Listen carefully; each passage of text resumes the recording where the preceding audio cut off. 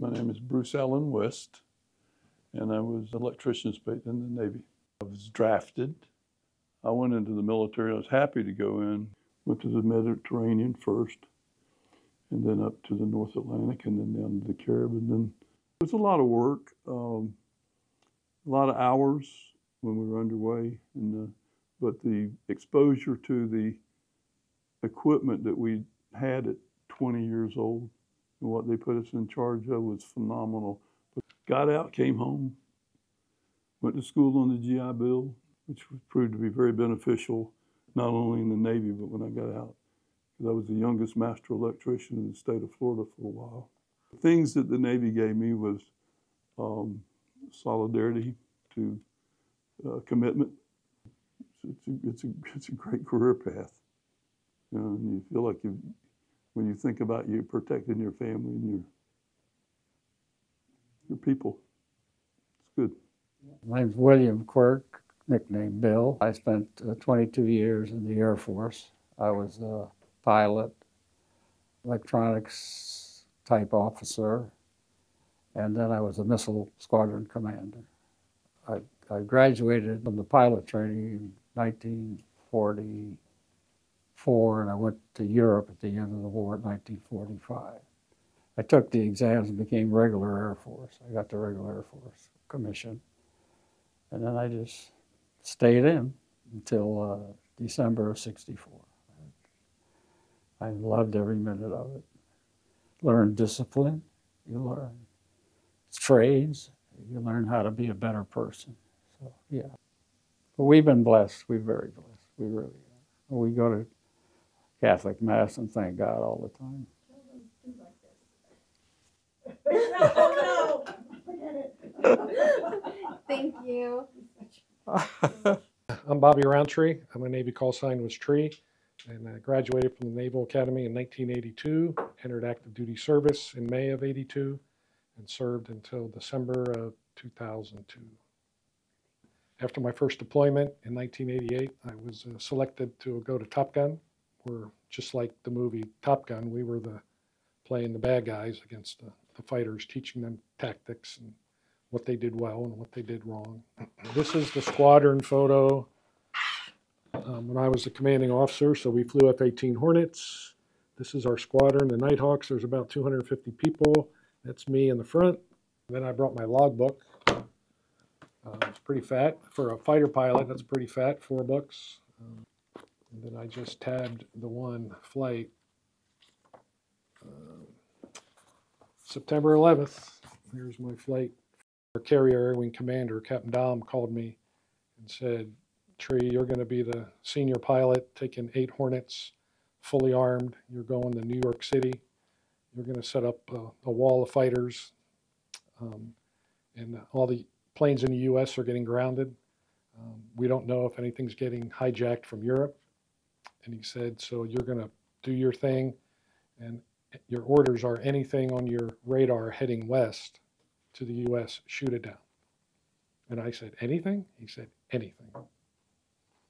But you train, you know, it's just training. You're going to go up and, you know, if there was a contact on the radar, you're just going to do what you do. But luckily we didn't have to do that, but we were ready. My name's Donald Shirtcliffe. I'm from Bristol, Pennsylvania originally. I moved here in 1987. I enlisted the day I got drafted. And 4 months later, I was on my way to Vietnam. I was 20 years old when I went. I had no idea what was going on other than it was a war. I used to drive 3 days a week, sometimes 4 days a week through the jungle with 2 other guys. And we would get shot at every day. And we would pick up orders and new people and whatever. We just had a little Jeep. Sometimes we had an M60 machine gun on it. Our compound was like on the other side of the street, and they used to put stuff up, bunkers and stuff, sandbags. This was my hat when I went out on operations. It don't fit me no more. I'm Pedro Morales, retired Navy and Air Force Reserve. I was a jet mechanic in the Navy, and in the Air Force I was flight engineer on 141s. And the last 4 years of my career, which is a total of 32 years, I was the first sergeant for the squadron. I've been involved since the Cuban Missile Crisis, all the way to Desert Storm, Desert Shield, Desert Storm.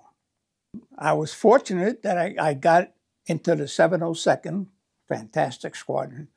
They deactivated them, but it was and the people there, the pilots were all airline pilots, you know, and they had cops, firemen, engineers, and loadmasters, you know, all different walks of life, but we were all united in one cause, to serve our country, you know. So. My name is Sharon Pertler, and this is my husband, Frederick Robert Pertler. He served in the Korean War from 1951 to 55. And he was born in Minnesota. He was drafted, you know, because back then they drafted him. He was a artillery guy where he worked in the armament. He got the guns ready for the guys, showed them how to use them and all that. And he was stationed in England. And he had his own business, Pertler Engineering, for years and years here in town. He was a wonderful father, a wonderful son, a wonderful grandfather. And we have a granddaughter, Jennifer, that served. He was so proud of her when she served. I do love him.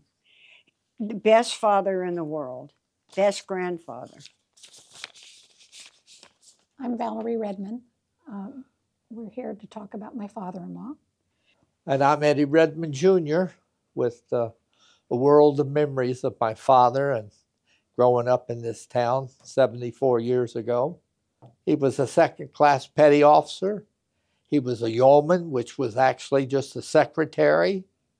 And he spent time in Kentucky and in California and in Australia. This was February 16, 1956. That's when the VFW was organized, and my dad was the commander of that. He was also active in the Firemen's Association here in DeBary, and he was one of the first businessmen. My dad started his first barbershop in the empty building just up this way from Volusia Drive. I closed in 2007 as the oldest business in DeBary, 55 years. I love him. I'm proud of him. I can't fill his shoes, but I've tried. Yeah. You got a lot of guys that are really old and rugged and tough looking. And then you got guys like me who's a lollipop. Well, my name is Silvio Spiccanardi. I came to DeBary and it was Sunday, the 31st of July, 1959. I'm still here. I was lucky. I was with the medical corps over there. And then we were the first unit, first medical unit, only medical unit that was fired on Christmas Day of 65. We go into the woods, take the trees down, put up our tents. We throw up a tent, full tent with the surgical liners, everything in 12 minutes. And it was something to see. And we learned to do that like at 1:30, 2 o'clock in the morning out in the woods. You can't see your hand in front of you for peace sake. The first night out there, a wild boar put me up in the tree. I better shut up for peace sake. I might get arrested. But you can't make this stuff up. Oh, boy, oh, boy. I'm going to tell you, that must be 35, 40 years old. Dude, they didn't mess with me because they throw some questions at me and I have the answers, you know. That used to kill them. But I can't help it if I was born so smart.